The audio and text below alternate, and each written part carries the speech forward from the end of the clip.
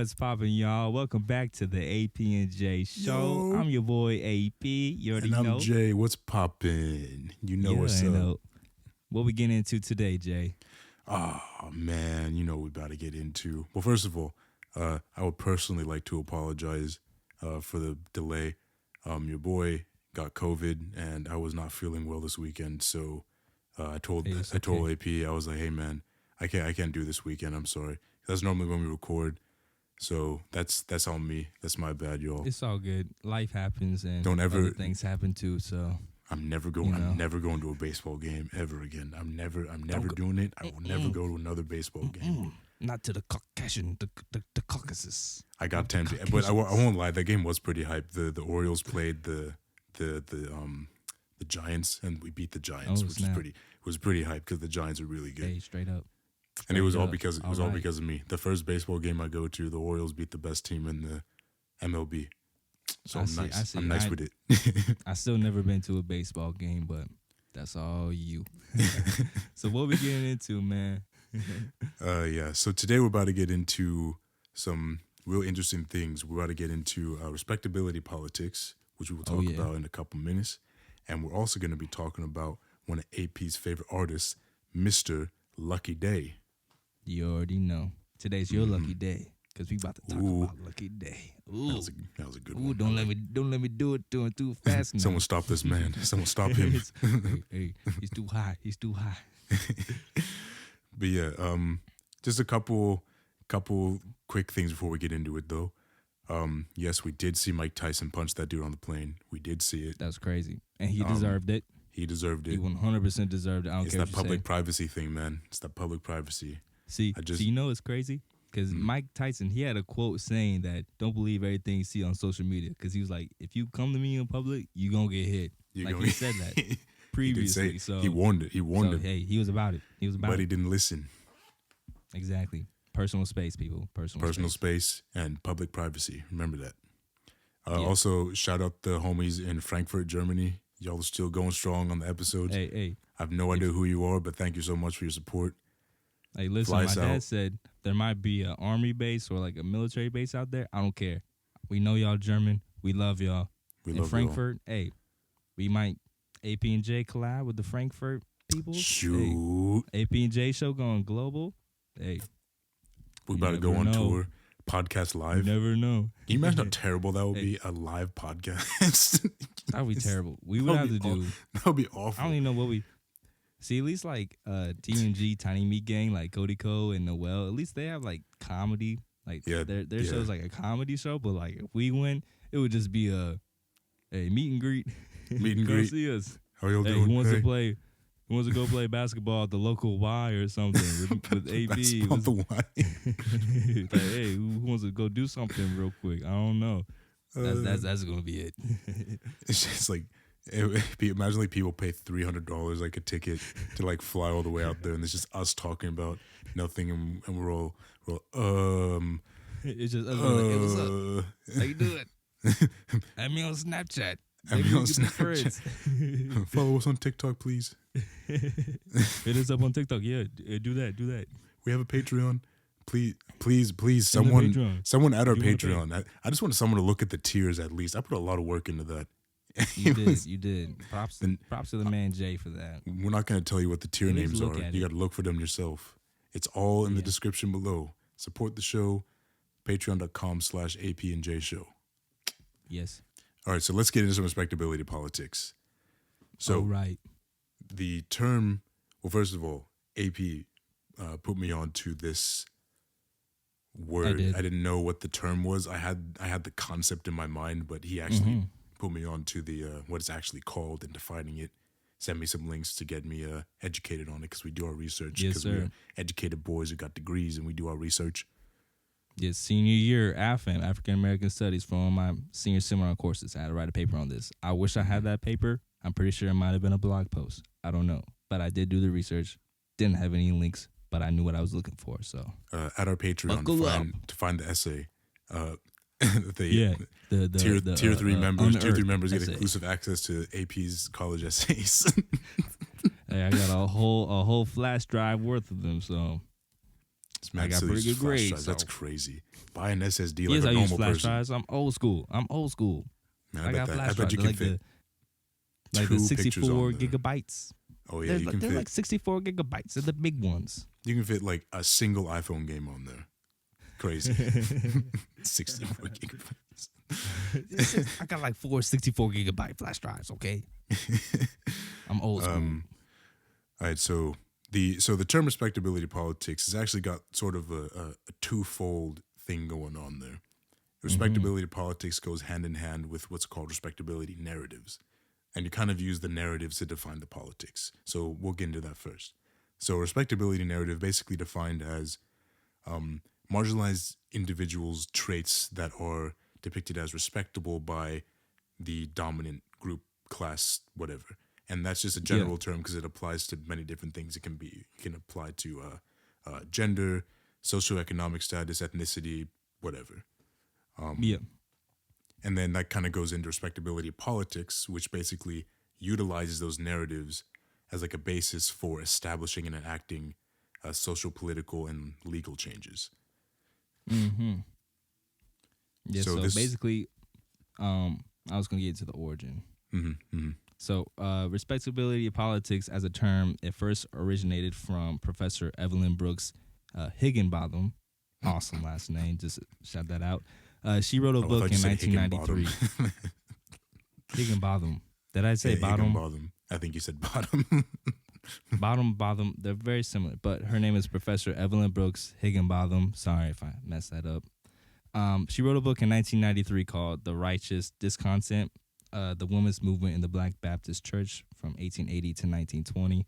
Basically, she was looking at the way that respectability narratives by Black Baptist women were used to try to counter the images of Black Americans as being lazy, shiftless, stupid, and immoral in the quote-unquote popular culture. And that appeals to both societal appearances or societal acceptance and being accepted into the mainstream society, and also how it equals legal protection. So, so not only are they going to be accepted by their peers, but they'll also be protected under the law.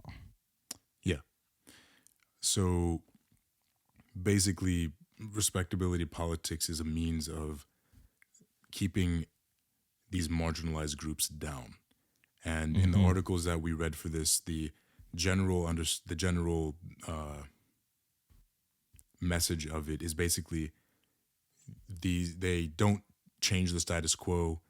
They're always evaluated by the dominant group, and that evaluation is always changing. So no matter how hard they try, you will never get to that level that the dominant group is at, because they will always change the rules. It's that thing where, Black people are always saying we got to work twice as hard to get half as far. That's the type that's like respectability politics, basically respectability narratives. Yeah, you can always, like, regardless of how close you are or the closeness you are to white supremacy, basically that's what we're talking about. The closer you are to whiteness, the more you will be deemed as respectable, but you will never truly be respected, if that makes sense. And you're still a part of the marginalized group. But it's not even just whiteness. At least regarding like respectability narratives, that can actually be done in group. So you'll have like those hating ass Black folks who are always telling pull your pants, like Bill Cosby. Bill Cosby, for example, I forgot what it was. Pound cake speech. The pound cake speech. Yeah. So basically, you probably heard of this, but he was blaming people who like get involved in gang violence because like, oh well, they were there, and they, why was he holding the pound cake? It's his fault. When it's like, it's like that's not why this is happening. It's a whole bunch of other things that are causing this to happen that are the reasons why they get involved in stuff like this and why things like that happen. It's not because their pants are falling down or they're named like, I don't know, give me a real Black dude's name, stereotypical Black dude's name, Jerome. Jerome, like yeah. Jerome Johnson. I think they made fun of like that Sharkeisha thing. They put that in there as a joke in the article. But they were saying that this can happen in group. So basically, you can have in-group ostracization of the people who don't meet those narratives or those traits that the white people deem acceptable, and then they will then ostracize. So then there will be like a class within the class. which is nuts. So basically, still, they have to. Yeah, I was gonna say that's still deemed as being closeness or deemed as being close to whiteness because it's anti-black racism, even though if it's within, even though it's a part of the in group, or not an in group, but people within the marginalized group hating on and not deeming other people within that group as being respectable. It's still being a closeness to whiteness just from an ideology standpoint. It also basically respectability politics only benefits the group that's in power, and it's just another of the many systems of oppression that we have in this in this country. But the thing is, those narratives don't really do anything. Is the problem, and it actually serves to suppress the identity of the marginalized group. Like they end up losing their identity because they keep trying to change themselves to fit this. It's like fitting a square peg into a round hole is kind of how I like to think about it. It's like, yeah, you can get it in there, but you're going to change the shape of the thing that you're putting into the peg, you know? They were saying that, like, especially with this in-group ostracization, there's a professor, Hakeem Jerome Jackson, which is a black-ass name. That's a G right there. That's a G. That's a G right there. I bet if you look at him, he's got the Frederick Douglass like beard and like the salt and pepper beard and the hair that's like this big. And he's what's got his those name? big old glasses. What's his name? Like Colin? That I forgot the Professor West. I don't like Cornell. I forgot his first name. Wow, but he looks just like what you're thinking of. Light skin though, it looks just like that. Yeah, Cornell West. No, yeah, Cornell West. I'm gonna Google it. I'm pretty sure I know it's Cornell West. But anyways, as you were saying. Okay, but he was saying that in black communities, in-group policing basically comes from this ideological positioning that racial inequality was our fault. Like, because we looked a certain way, dressed a certain way, talked a certain way, that was why we were being suppressed by the white people, instead of looking at the actual issue, which was the various legislative means of oppression that was in the government. It wasn't because we were doing this, that, and the third. It was because literally it was coming from the top down, not from the bottom up. Exactly. And that's kind of what these respectability narratives do, is they distract from the real issue at hand. Yeah, so, respectability politics does little to address any type of systemic issue or problem or any type of actual positive way to deal with those systemic issues. One thing I was going to bring up, because we're talking about it,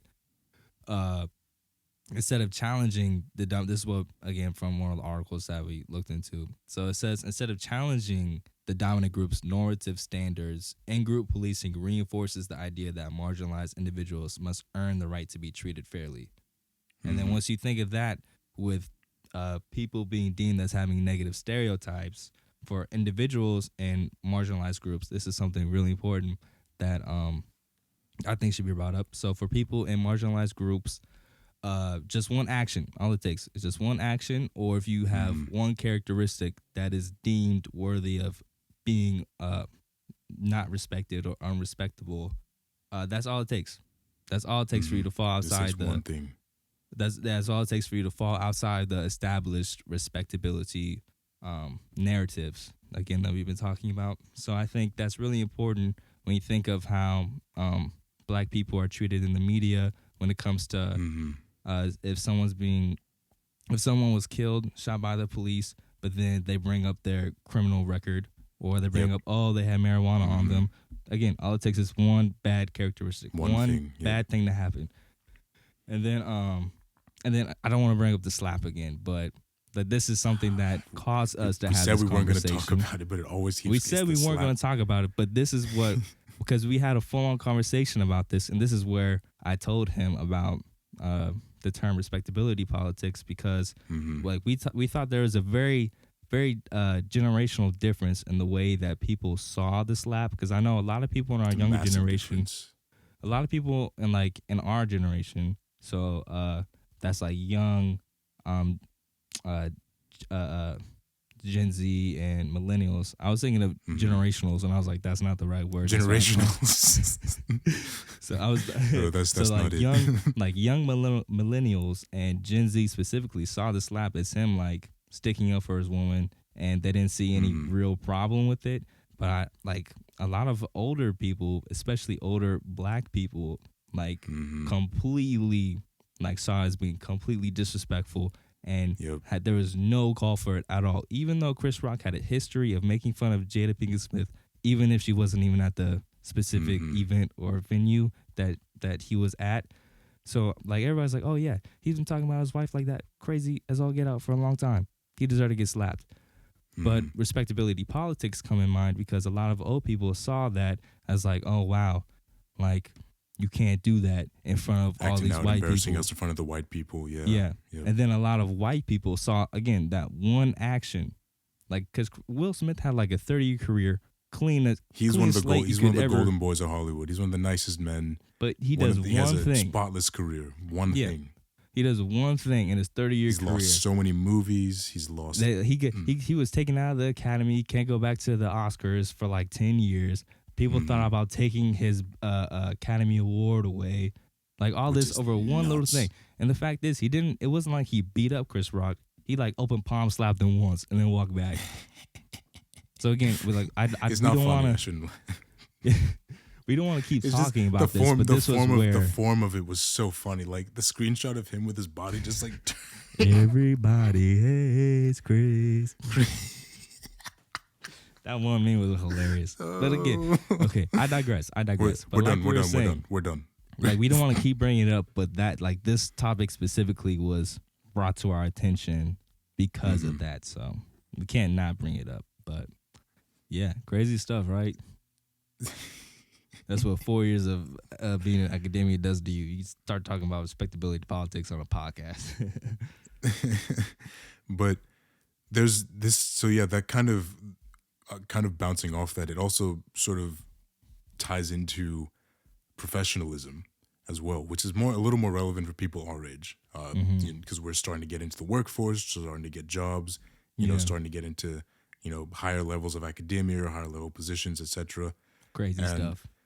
Especially for, Black people, people of color, honestly, any ethnicity. I remember I saw this one thing online about this this woman who was being, oh no, I'm sorry, that was about something else. But it was about a facial tattoo, but she was indigenous.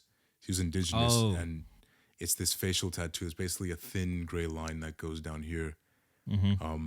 But that was about something else. So I apologize. But but it can be anything. It's some facial tattoos are part of people like Maori culture. Facial tattoos are a big part of that. But would that fly here? I couldn't find any examples of that, but probably not. And then it also comes down to like the names. There's different statistics where there's a lower probability people who have Black sounding names are taken into second and third interviews as, what was it, like 15, 20% less than people who are named like John or Sarah or something that's very generic and white sounding. Yeah. And also like hair. Yeah, and hair specifically is like, I want to say is a really big factor when it comes to the way Black people are treated in professional settings and the office. But again, I didn't do as much research as I wanted to because we would have diverted off the topic too much. But what I did see could be potential for another episode. But there's a long history of specifically Afro type hairstyles being deemed as unprofessional. So you have people getting jerry curls, and I forgot what the term was. But basically, in like the 1920s to 1940s, like every Black man had their hair slicked back. There's a term for it. But I can't remember what the term was. That's not a jerry? No, that is not a jerry curl. No, I forgot. It started with like a C, but that's something. But there's specific hairstyles and straightening your hair that are then deemed as being more professional because they're closer to the way that white people's hair specifically looks. So there's a whole history of how professionalism as like a term and a word is very much, again, just like respectability politics is rooted in white supremacy and like the idea of white favoritism and how people see something as being professional is also seeing something as being white. So crazy stuff. I don't know. Yes, this is how they set the standard, and then, but there are some ways that you can combat respectability politics. Number one, you got to reject the acceptance of the dominant group as the end goal. So you got to stop using them as the standard, putting them on a pedestal. We will not conform. My mom raised me on that. We will not conform. We will not conform. Shout out to my moms, because that's facts. Yeah, and I put that on Alex's mom's. I put that on Miss Oh wait, Miss what's your mom's last name? Miss Pettit. Anyway, second one, you got to recognize that the acceptance of the dominant group does not guarantee safety. So even if you do everything that you're supposed to do, that doesn't mean that you're going to get it. So you've just given up your culture. You've given up important things that are crucial to your identity. And then you there's 50-50 chance that you're actually going to get what you're looking for. Nothing. Got to accept. This is for the people who enforce respectability politics. This one's for you. Accept that all individuals are worthy of rights, basic rights. Yeah. Food, shelter, safety, whatever. Everything. It's not determined by their respectability in your eyes. Exactly. Then you got to educate yourself on the history of the prejudices, know where they come from, so you can know how to identify them and reject them. Then you also need to.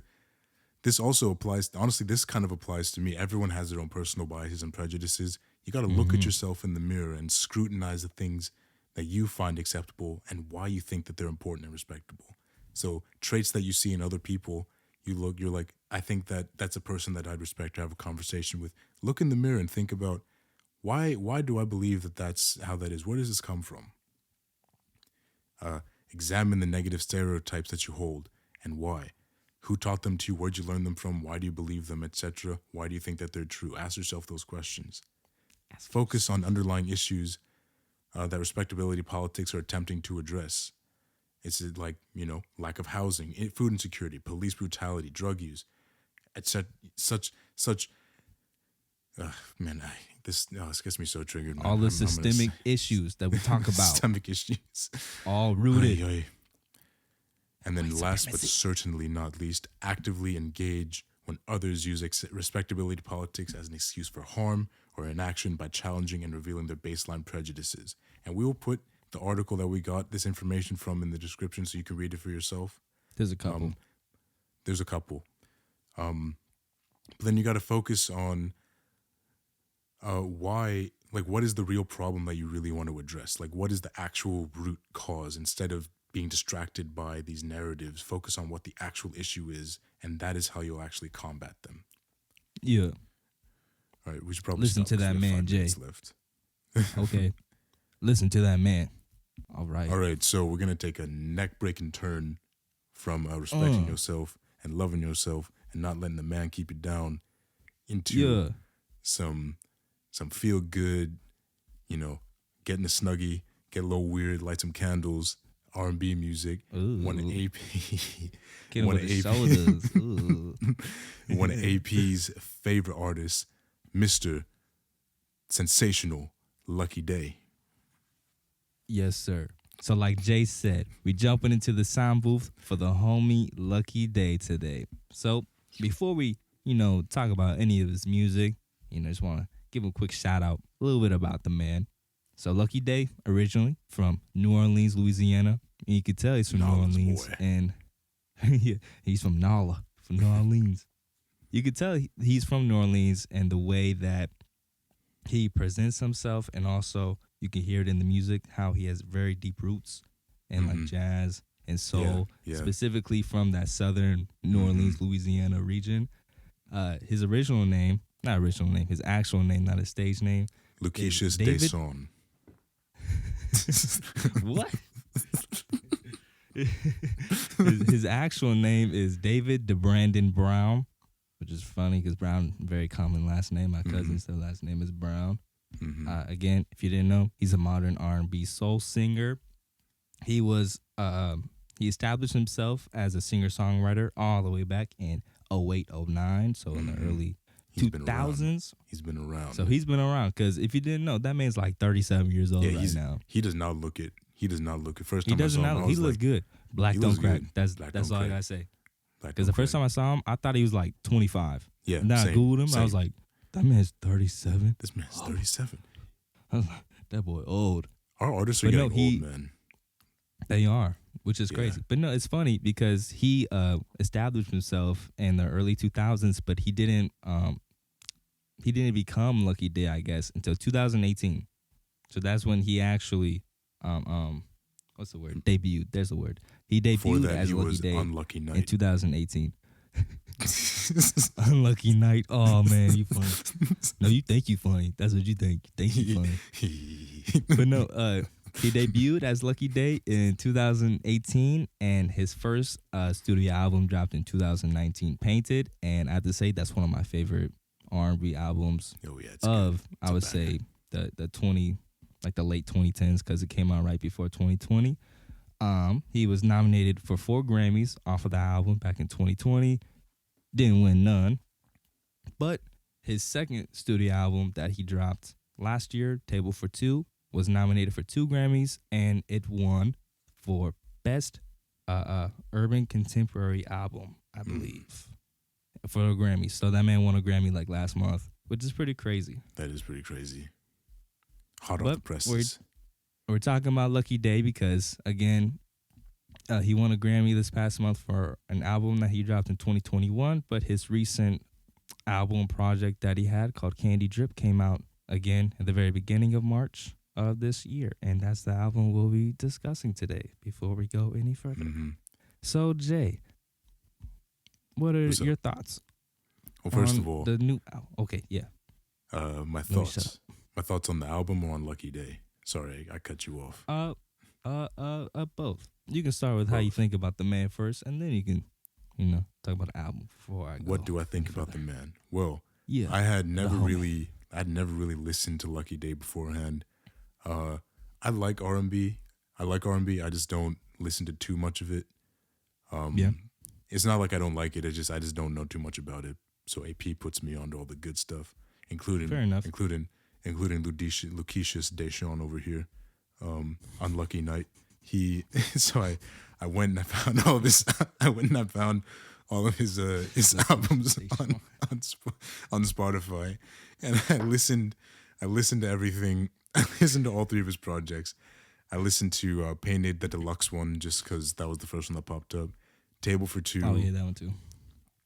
And Candy Drip, dude. Candy Drip, like that album cover.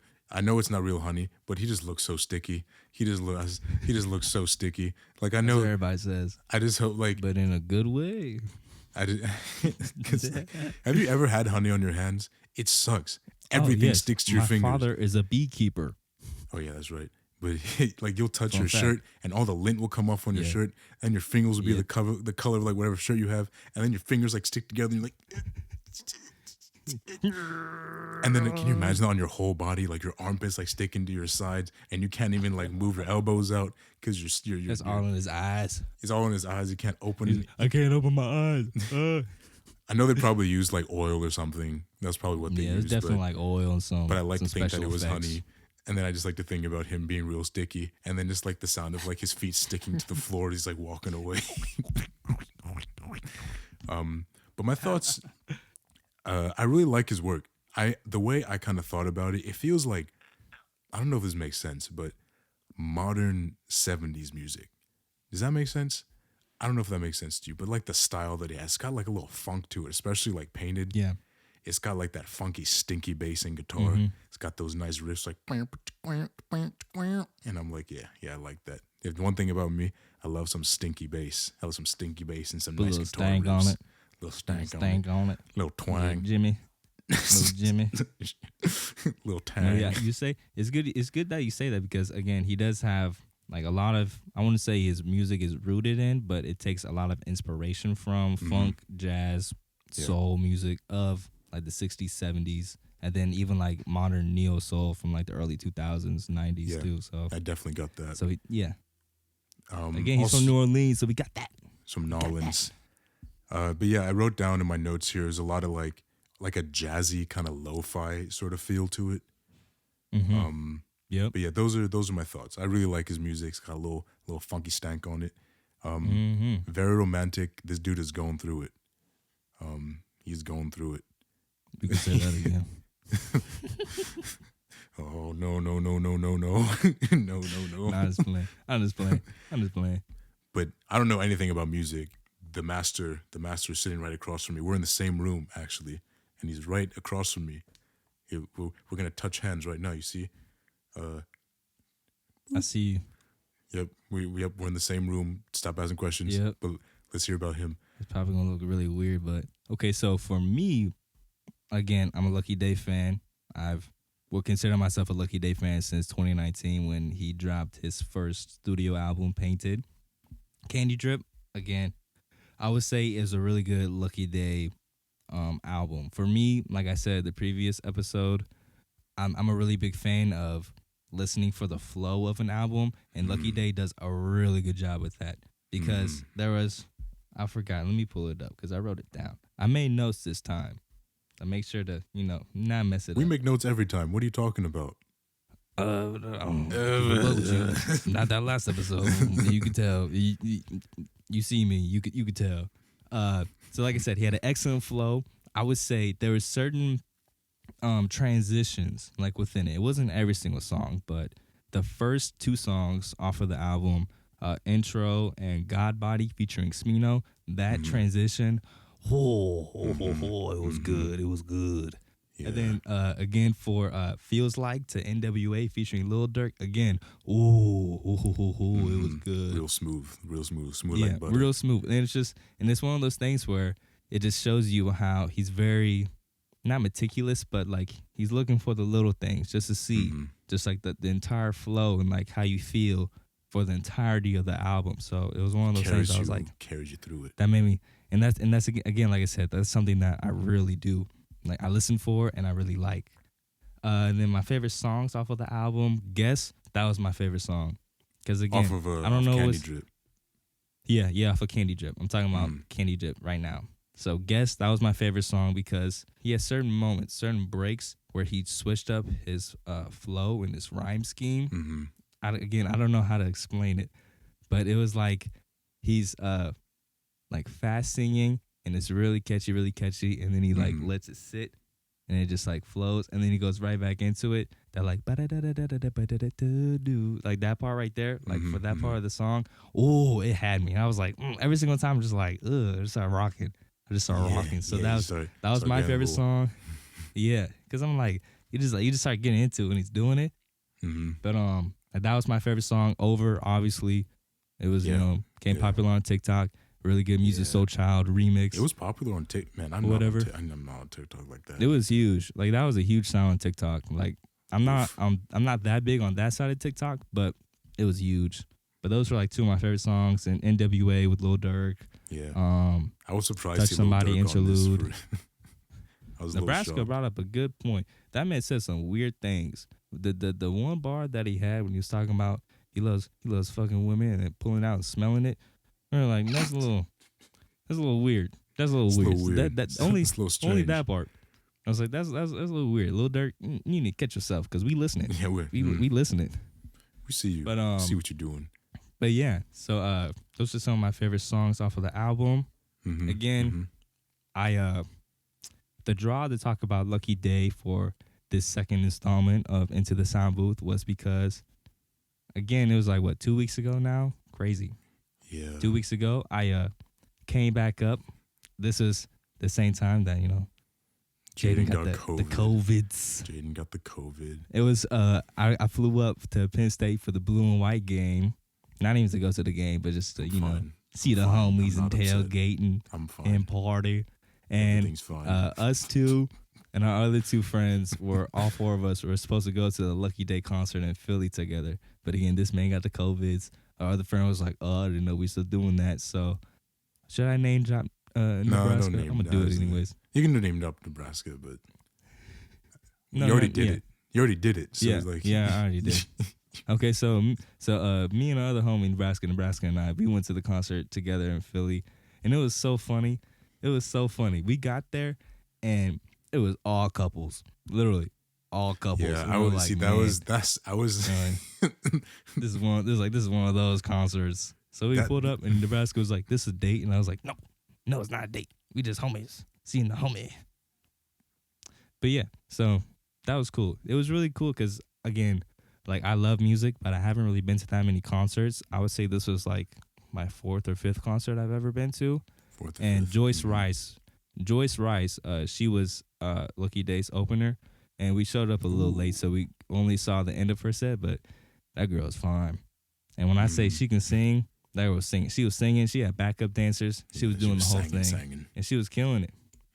But again, I want to talk about Lucky Daye because I ended up going to his concert, so I wanted to talk about the concert.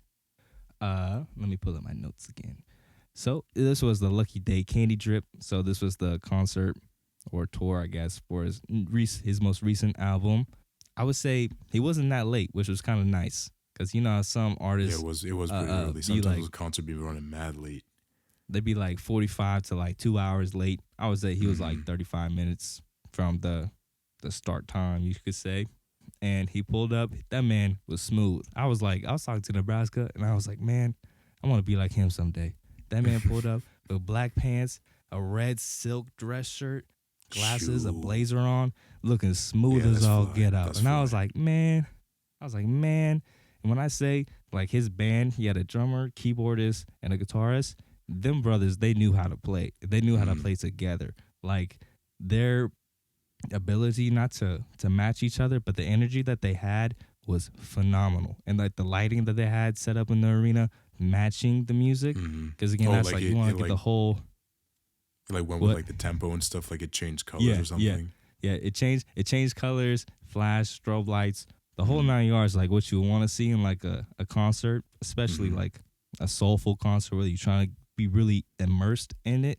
They had it, so it was phenomenal. Like the music that it was good. And then Lucky Daye, again, he showed up, and that man had really good stage. He had a really good stage presence as well. That's like good. he was working the stage. He was interacting with the audience. There was one point in time where he took the silk red shirt off, and then he changed. He was in a wife beater. That man took a towel, wiped it, threw it into the crowd. Everybody's going, yeah. Little Dirk Carter, and he smelled it. He was like, yep. No, listen, I'm about to get to that sucker. Oh no. Then he had like a drumstick, threw that thing to the audience. He had some money, threw that thing to the audience. This is at separate parts. And then Nebraska, again, I would consider Nebraska a bigger Lucky Daye fan than I am, even though I'm also a pretty big fan. He said that every single concert he always brings some girls up to the stage to like serenade, because you know, R&B, some R&B singing type thing. Got to flex on all of us. Got to do it. Show us he how brought 2 girls. That man brought 2 girls on stage, and they weren't doing nothing. They were like, I'm not trying to say like they had to do something, but they're just standing there, just looking all awkward. And I was like, man, what you doing? I mean, like, what can you do when you're on stage though? Like, they could have been shy. You know, I don't know. You could at least like hyped up the crowd or been like, what if those were like getting into it? What if those were the only 2 girls in the whole venue that didn't know any Lucky Daye concerts, and they were just like, I'm just here because my friend brought me here. You know, I'm just standing here. That would have been me. That would have been hilarious. That would have been me. I would have been like, see, I would at least hit a Millie Rock or something. Like, hit a Millie Rock. Maybe hit the folks one time, you know. Hit a mean ass whip, bring the whole stage down. No, but he brought 2 girls on stage, and right as he was leaving, that man took a towel, wiped it all the way down his body. Because at this point, I forgot if at this point in time he ripped his beater, his tank top. He ripped it off and threw that into the audience. So that man was just getting naked. He was getting naked and throwing stuff. And then, so at that point, he had a towel and he wiped it all down his body into his pants, rubbed it a little bit, and gave it to him. And was like, "What's up?" And then they left. And I was like, man, you know what? Like, all the other stuff. That's kind of some old head all shit. the other stuff. Yeah, because again, that man's 37 years old. Yeah, that's makes good music. Shit. And that man, like I want to know his skin regimen, his skin routine, because that man had like the smooth, like man. My skin does not look like that, so I was like, maybe it's the honey that he's always bathing in. That was probably the picture. Probably the like sticky honey. That's the key. he weren't even in the studio. He was just like in his bathtub, and they just like burst in there and they took a picture. And that's how they got. I need like 5 tons. Give me like 5 pounds of pure honey and just dump it. Could you imagine? They're sitting there with the tub and it's just slowly just leaking, and he's just sitting there for like 30 minutes just waiting for it, and then just hits him. Oh. Anyways, but I will say when someone that gives man you a sweaty towel, man. Like, what do you do? Hold it. Oh, sniff it. Ew. Lil Durk, that man smells it after he pulls out. You know, yeah, Lil Durk. Weird. Lil Durk would smell it. Lil Durk would smell it. He likes the weird. twang. That was he likes the tang. Literally, NWA. Look up the words. I swear. Anyways, but like I was gonna say, that man Lucky Daye, he knows how to sing. Like his voice was good. Yeah, man. What's the time? I liked my thoughts on Candy Drip. I actually have some controversial opinions. I'm about to make some people upset because I like to stir the pot. Say them. It's okay. I will. It's okay. Well, actually, I was gonna say this, but I didn't want to cut you off earlier. On Guest, I was reading. I like to read like reviews of stuff, you know, to kind of get a little more information. Apparently, he borrowed a melody from Usher's "You Don't Have to Call" on Guest. At least I think it was. Oh Guest. yeah, it was in the very beginning. Yeah. It was in the very beginning. Which I thought was pretty cool. Kind of paid homage to Usher because Usher used to be the smooth boy way back in the 2000s. But then they were active at the same time because he was. Whoa, that's crazy. That's crazy. Wow. Anyway, that man's old. But yeah, I'm gonna say right here, I think Painted was way better than Candy Drip. Candy Drip was kind of okay. I'm gonna. I liked most of the songs. I liked most of the songs. That's still my number one. Painted's number one or Candy's number one? Painted. That's my number one. Okay. Good. But I will say that some of his songs, like when I listened to Painted had a theme with it. Like it felt like it was him. And Candy Drip kind of felt like he was trying to do stuff that he doesn't really know how to do. Does that make sense? Okay. I don't really know Lucky Daye that well. I don't know if he has any more music out there that I couldn't find, but from what I listened to, it felt like he was trying to branch out a little bit too much because some of his songs are kind of poppy. Like they sounded like radio hits. Yeah. Or something that you would listen to when you're like in a store. And I thought like as much as I liked God Body was kind of like that. Feels Like, NWA, and Cherry Force. Those are the ones that I thought were kind of like poppy, like you could hear them on the radio, hits type music. Yeah. And that didn't feel like it was him. Like it still had his voice and like his style to it, but it felt like he was trying to do something I didn't really know too much about with at least those songs. But I still liked NWA. I liked Candy Drip over Compassion, Touch Somebody, the interlude, and I don't normally like interludes, so that shows you how much I like that song. I hate outros, I hate interludes. Stop putting them in the albums. Used to be Fever and fucking Sound. I'm not gonna lie. Yeah. That some of these songs put me in my bag. I was like, oh, oof. That's that R&B thing. That's what R&B does too. R&B makes you feel bad about yourself. That's true.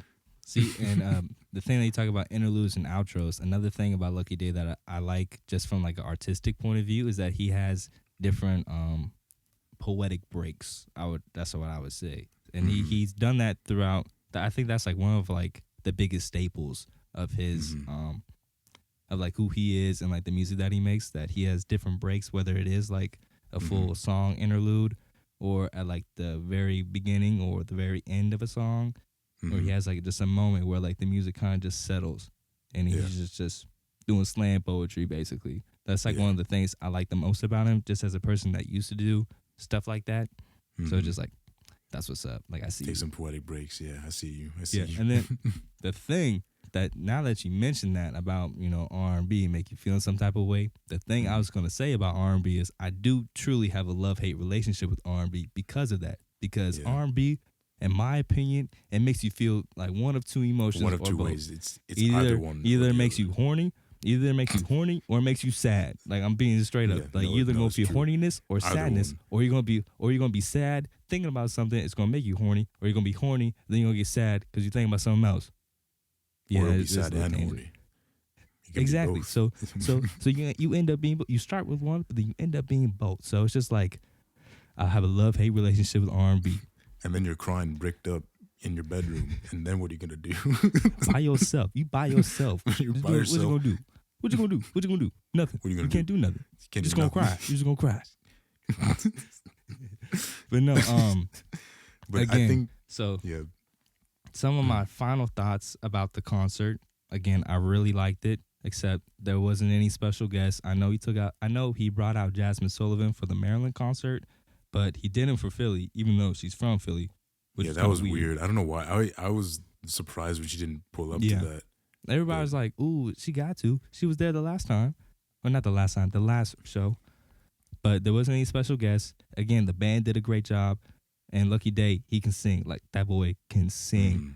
But the only downside, the only problem that I had was that the mixing was just completely off. Like, the audio, or not like completely off, but just his vocals and his mic was not turned up high enough. So there's points in time in the show where the band was kind of drowning him out almost. Okay. Or like you're trying to really hear him, but you can't, because like he's just it's not that because he doesn't project really loud. Like there's certain singers that can sing like he's really like loud and you can hear him. Singing, He's a softer singer, but again he's still really good at what he does. But just the mic itself just was not turned up loud enough compared to the bands. And I looked at a couple different articles, and there was I forgot what her name was, but she writes about like tour reviews and like music reviews, and she kind of said the same thing like a month ago. So it must be something that they like just had off the entire tour, I guess. I don't know. Yeah, maybe it's like their sound technician was just not yeah. Yeah, so that was like the only downside to it. I mean, and at the same time, you're upset because he didn't get his sweaty towel or his tank top. That he didn't. Nah, I was good. I was glad I was hugging the wall. I was glad. I was at my distance. I was able to see, and I had a good time. I was like, I ain't trying to get your sweaty towel. That's weird. I want to be you, but I don't want to have what you have. You know. So wrapping up, kind of going off of what Jaydin said. Out of the 3 albums that he dropped, Painted is still my favorite one. That's my favorite album. I think that out of a select group of albums that are like no skips, like for me, that album, my voice is cracked. That album for me is like that's a no skip. Like I will play that through completely. Candy Drip I thought was good, but again, like you said, that it did have some skips on it for me. And again, like going off what you said, there was definitely some commercial sounding type of songs. And then I really liked Table for Two because he had different artists that I've like. The only artist that I really knew of was like Ari Lennox. I forgot how to say her name, Mahalia, and like Jasmine Sullivan. All the other female artists that he brought on for the album, I never heard of, and they're really good. So yeah. So out of the 3 that came out, I would have them ranked in that order. So Painted, Table for Two, and Candy Drip. Even though, like, again, it's hard to rank them in that way because I like all of them, but that's just you gotta that's just how I see it. Yeah. My ranking is Painted, Candy Drip, The Sound of a Horse Giving Childbirth, and then Table for Two. And that is only because there are tons of outros on Table for Two, AP. Yeah. And you knew that, and you didn't tell me. I hate outros. I'm sorry, it's a surprise. That song, that EP is 18 minutes long, and 9 minutes of it is outros. I will die on this hill. Man. I cannot stand outros. Oh, man. I don't want to hear you talk. If I wanted to hear you talk, I would listen to a podcast. But I don't. Our podcast. Our podcast. Sample our podcast, Lucky Daye. But yeah, that's my ranking. But Ari Lennox, forever our queen. Please come, please, to the podcast. Please come to the podcast. Please come to the podcast. Okay, so if you are a fan of Lucky Daye or you've never heard of Lucky Daye and want to give him a listen, give him a listen. And if you want to check out similar artists, you can check out OG, like throwback artists, soulful R&B singers like D'Angelo or Music Soul Child. Or if you're looking for something more contemporary, something new, check out Masego. He originated the term trap jazz. I've been a big fan of him for a very long time. The man can play a ton of different instruments. Amazing singer. Check him out. Again, we shout out Jasmine Sullivan and Ari Lennox earlier. You should also check them out as well. So, yeah. So that's it for the second installment, second episode, whatever you want to say, of Into the Sound Booth with AP. Yeah.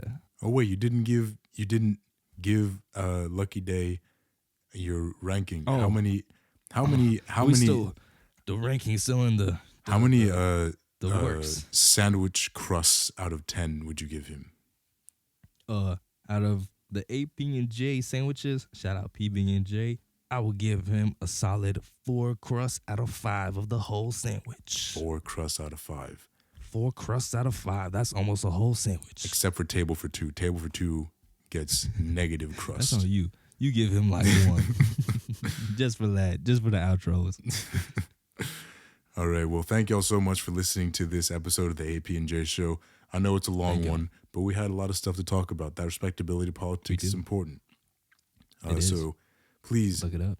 Give us a shout to all your friends and your family. Let them know. Be like, hey, there are these 2 real cool dudes who know what they're talking about kind of sometimes. And they're pretty handsome, they have a podcast. Too. They're pretty handsome. So, give us a shout, tell people about us because, we're still trying to learn and grow. Please check out our Patreon at patreon.com/APNJ. It's $1. It's $1. Like, it's $1. You have $1. Sure, you have $1. $1. And if you give me $1, I'll give you $1. So it'll be a fair trade. I'll give you a high five. And a kiss. And a kiss. Ooh, a kiss on the forehead. Ooh, a kiss you on your forehead. And check us out. A like, a comment, subscribe. On YouTube. Wait. I stole your thunder. I'm sorry. Stole my thunder. If you're on YouTube, please give us a like. Leave us a comment on things you want us to talk about. Maybe some artists that you want us to talk about or movies for Jay's Film Grain. That'll be on the next episode of the AP&J Show. Or some socioeconomic, political, financial topic that you want us to discuss. We will do some research and we'll present it to y'all. Give us a follow on Instagram, TikTok, Twitter, all under at AP&J Show. That's AP&JAY Show. And also subscribe to us and leave us 5 stars on Apple Podcasts. And if you don't give us 5 stars, I am going to steal a fork from your house, and I'm not going to tell you which fork it is, but you're going to be counting all your dishes, and you're going to be missing a fork, and I'm going to know which one is your favorite mug. And you're never going to see it again, ever. So give us 5. Give us 5 stars on Apple Podcasts, and also please leave us a review. And also, we are on all the podcasting platforms, every single one of them, even Alexa, except for Pandora. Embargo Pandora. Boycott Pandora. We don't mess with Pandora. All my homies had Pandora. Pandora, if you see this, you did it. Your boxer stayed closed. What? It's a Greek mythology joke. Never mind. Anyway. We rock with Egyptian mythology, boy. Thank y'all for tuning in. We will catch you. Sun god Amun-Ra. Thank y'all for tuning in to this episode of the AP&J Show. We will catch y'all on the flip side. Thank y'all.